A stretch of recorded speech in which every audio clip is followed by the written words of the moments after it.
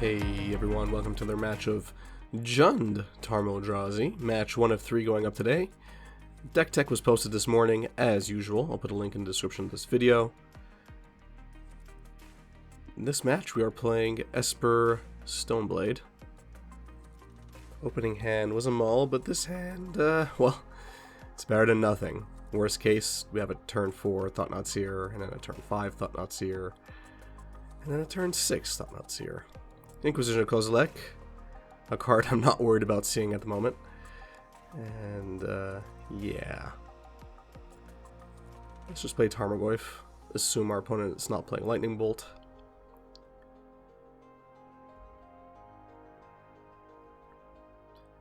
They are not. They're playing Stoneforge Mystic, so what we will most likely do next turn, obviously, is play Thought-Knot Seer and take out whatever they're going to get. Whether it's Batterskull or one of the swords, it's Batterskull. So obviously we're going to take Batterskull. Unless they have something more scary. Doubt it, though. Yeah, okay. That's what I thought. I think our opponent already saw the writing on the wall there. So maybe best not to show me what else they're playing. I could respect that. But, you know, we could take a pretty wild guess. So bring in some artifact removal. I should say temporary removal. What else do we bring in, though? I mean, Veil of Summer is tempting. But I'm looking at the rest of the cards in my deck. I'm like, kind of want everything else. So yeah, get rid of Two Ancient Stirrings. It's kind of the weaker card in the deck. This hand is definitely keepable. Alright, no turn 1 discard. That's great. We're going to definitely have turn 1 discard. Let's see what they got. Path, Kaya's Guile, and Fatal Push. Alright. That's a lot of removal. Kaya's Guile. It's pretty bad, but we'll take care of Path.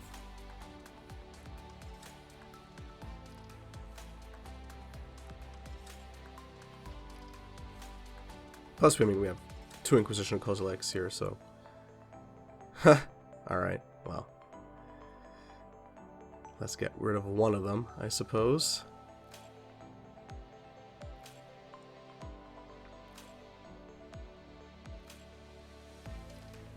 Alright, they're holding up that Kaya's Guile. So we know it's there, we have no rush at the moment.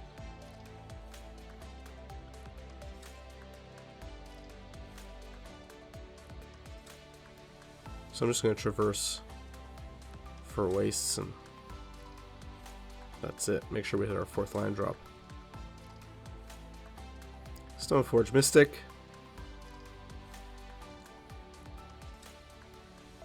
Let's see what they get first before we bolt it. Sword of Feast and Famine.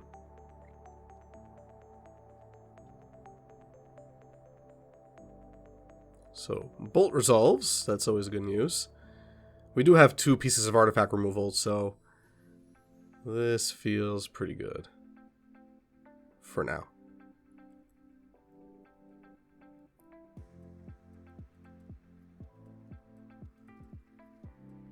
So, end of turn, we're going to get rid of that sword. It's not permanent. They'll be able to get it again. But we'll slow them down there. Dreadbore is a good draw, but really want to land here.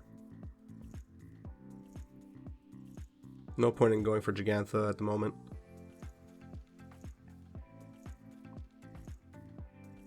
Downside here is our opponent's really filling up on lands. And, you know, other Gaz. So, it's kind of concerning. They will probably wait us out. This is something Stoneblade can do. So, Tarmogoyf is not long for this world. We know they have a Fatal Push. So now they have a Kaya's Guile and something else. Alright, so Jace is going to resolve. We will definitely Dreadbore it this turn, or, well, I guess Fatal Push is definitely a better option.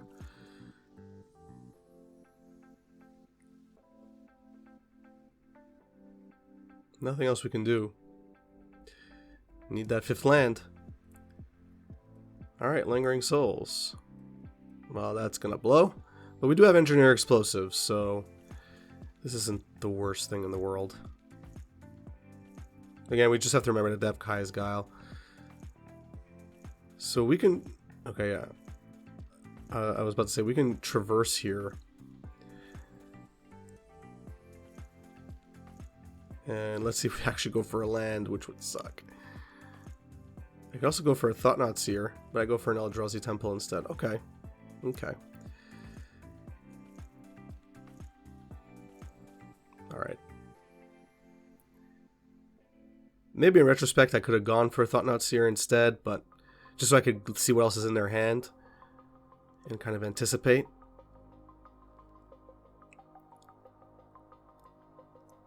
Inquisition will probably take Dreadbore here.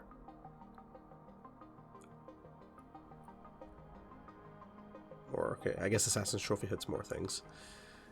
So that's fair. So we're going to get Kai's Guiled here. Because they're going to force us to sack a creature.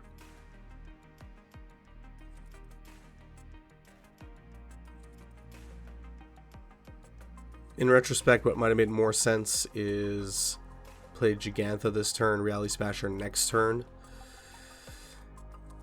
So that was probably a mistake on my end. Because they probably wouldn't have cracked Kai's Guile and Gigantha, they would have waited, my guess.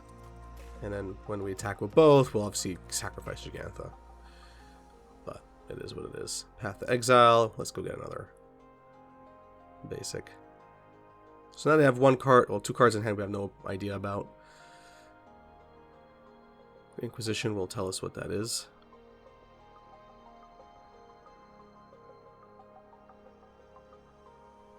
John in the lock. Okay. Well, we won't know what that other card is.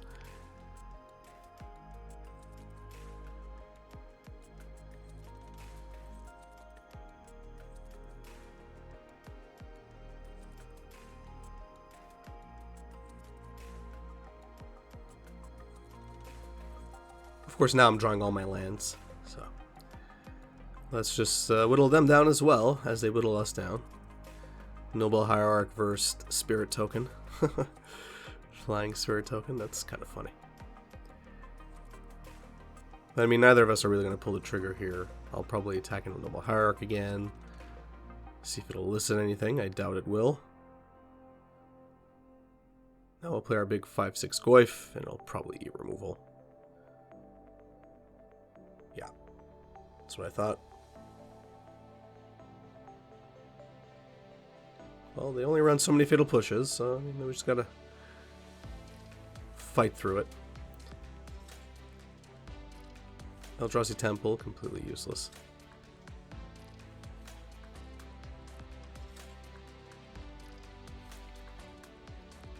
So I'm pulling the trigger here on Dreadbore. Just gonna attack in.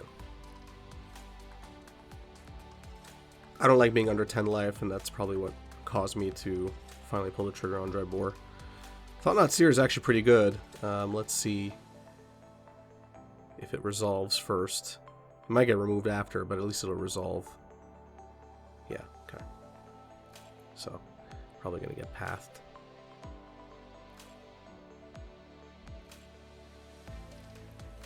Or Fatal Pushed. That's okay. I mean, yeah, I mean, I guess. Okay, so 2 lands. The risk there was that, okay, so you leave the battlefield trigger will go off first. So they're going to draw a card and I can choose that card to get rid of it. But whatever. So Stoneforge, Batterskull. Doesn't really matter here.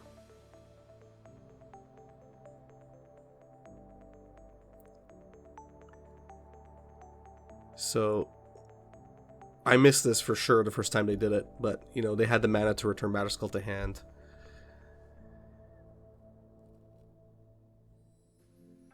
Maybe it was a better idea to use Unravel the Aether first.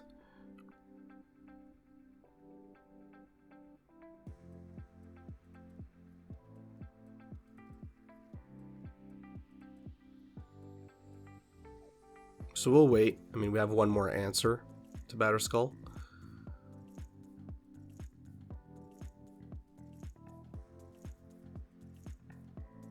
Oh, 2 Stoneforge Mystics. Not looking good.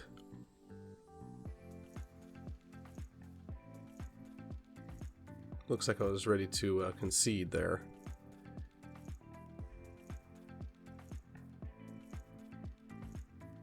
So Traverse is great, actually. Traverse is actually pretty good here. Because we can... I mean, Thought-Knot Seer is okay, but they're just going to rush Batterskull to the battlefield. So... threatening them with a Thought-Knot Seer isn't going to do much. We're just going to look at an empty hand. So... Reality Smasher, yeah, makes a lot more sense.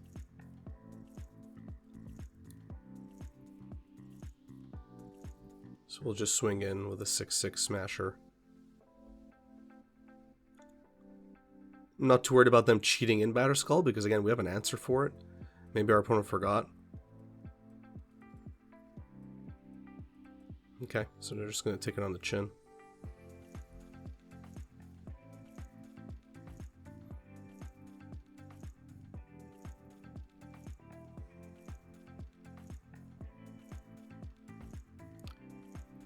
So Batterskull on the battlefield. We're not going to do anything this turn. We're going to do something this turn. We'll let that resolve. See what they're going for. Sword of Feast and Famine. Yeah, we're just going to wait. Let them do what they got to do. They definitely wouldn't be doing this if they knew we had Unravel the Aether, so... we got to do this right away, or else we won't be able to target them again. This will probably get us the win here. Because they could, yeah, return it to hand. That's fine. They don't have the mana to cheat it in again, though. They're going to have to essentially keep back all of their Stoneforges here. And Lightning Bolt seals the deal. So, perfect draw off the top. So they got to block with at least one. Not enough. If they blocked with both, or with 2 of the 3, they would have survived.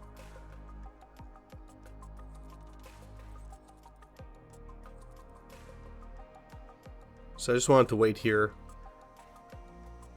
In theory, I could have done it on my turn.